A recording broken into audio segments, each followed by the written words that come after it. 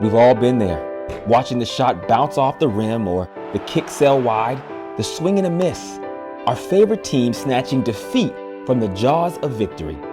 And as that sinking feeling sets in, that's when the notifications start hitting. This is meme history. And while we'll get into the deeper cuts, it would be wrong, no, it would be irresponsible to start anywhere but with the GOAT. This is the OG.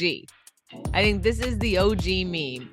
I think when you look up meme, specifically NBA memes in the dictionary, this has to be the foremost meme. Like this is it. I feel like this is the one that started it all. He's Michael Jordan, like he's the GOAT. Top one meme of all time for NBA basketball. I mean, you're looking at the GOAT of memes by the GOAT, right? If you haven't seen this one, you probably haven't been on social media at all. This to me is the GOAT of all memes. That's right, the crying Jordan meme. A staple of group chats for over a decade, turned perhaps the greatest winner in sports history into the universal symbol for taking an L. For like 3 years, it was the go-to meme anytime any team lost or anything bad happened. There's a clock in your head of in 3, 2, 1, crying Jordan. Like that's the way that goes. And yeah, and anytime one of my friends' favorite team loses, once that clock hits 0, I'm all in on sending this every time. You knew a crying Jordan meme moment when you saw it. If you try to shoot your shot and she didn't text back, you sad Jordan meme. If you tripped and you got your white fit and scuffed your new sneakers, sad Jordan meme. There was an app where you could put it on things and everybody was putting it on their friends, their family, people in the news. And somebody put Michael Jordan's face on a tiger. We were about to play Syracuse in the NCAA tournament my senior year, and one of the players put this crying Jordan meme on our faces and like replaced our faces right before the game and then posted it on the internet. So the first thing that comes to my mind is thinking of Syracuse at O'Shea Brissett, and then the whoop and the beatdown that we put on them after we saw this.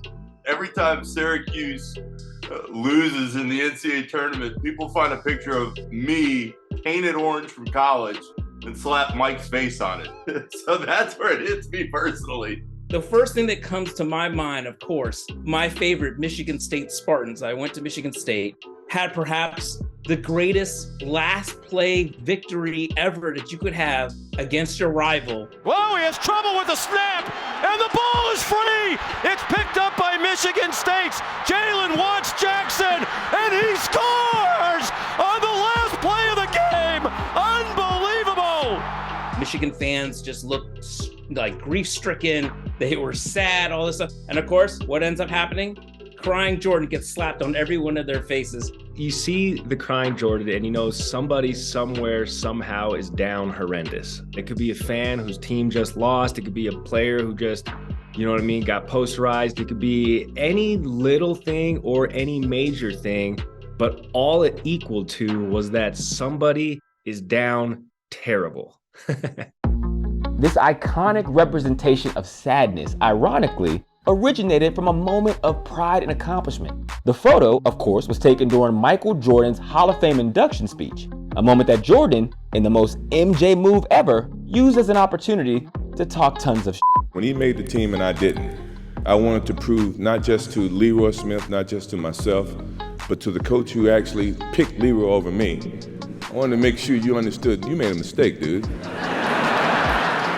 You never know what to expect from Hall of Fame acceptance speeches. Sometimes they're extremely touching. Sometimes they're almost blasé. They are often emotional. I was not surprised at all that Jordan was using it to take shots at people. That's what he does.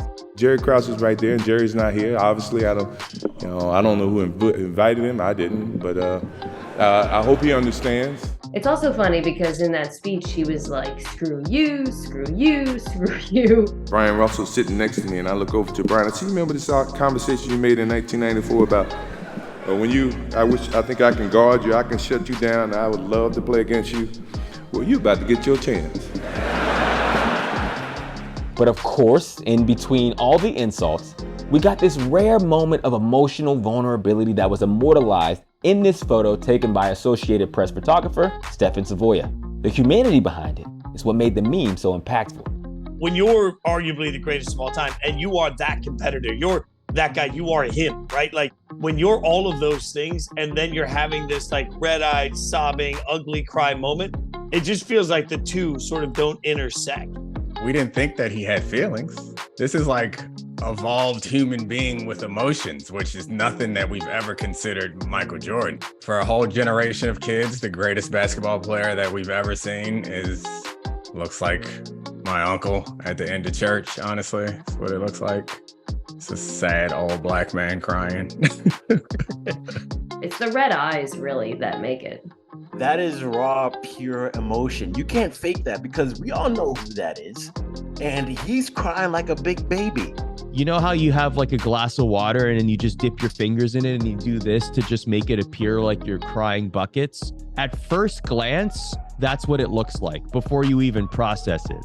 It's always just like very humanizing and funny to see someone who's put on such an enormous pedestal like Michael Jordan is be kind of grounded and humanized and be, brought to the tears over an accomplishment. I think that's part of why this meme resonated with so many people. This meme really did resonate with so many people. The speech happened in 2009, but it took a couple years for this meme to start popping up. Remember, social media was still young then. When Michael Jordan's tenure as an NBA owner wasn't exactly going as well as his career as a player, the internet had all the reason it needed to make this thing go mega viral. It was everywhere, and it still is. No matter where you go, the crying Jordan will follow. The difference with this meme and every other meme is that it crossed every single boundary, I guess. It's not a sports meme. It's not just a Michael meme. It is the universal symbol of sadness in the moment for any situation. There was a period of time where you could scroll through your timeline and see the crying Jordan meme applied to 5 different scenarios just in about an hour because it was all over the place. And just about every time, it made you giggle.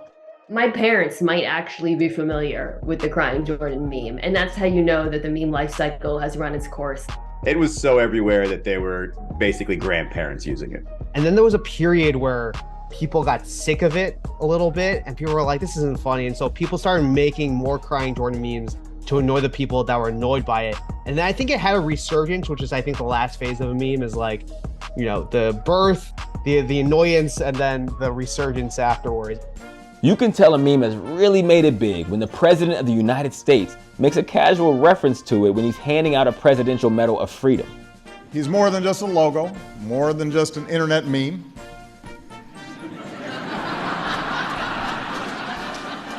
First of all, POTUS referencing memes is one thing, but 44 in specific referencing memes is another. And in this particular case, because they have the linkage being Chicago guys, well, yeah, it makes sense. There's one person in the world walking this earth as we speak that can reasonably roast Michael Jordan for that meme.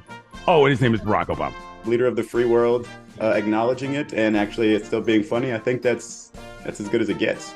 Didn't somebody put the crying Jordan on Jordan and Obama as Obama was giving him the medal? I'm pretty sure that exists somewhere. But the meme may have finally completed its life cycle when crying Jordan himself got in on the joke. In 2020, when the late great Kobe Bryant tragically passed in a helicopter crash, Jordan gave a moving speech at a public memorial. This time, he caught himself getting emotional. Kobe was my dear friend. He was like a little brother. Now he's got me. I'll have to look at another crime meme for the next.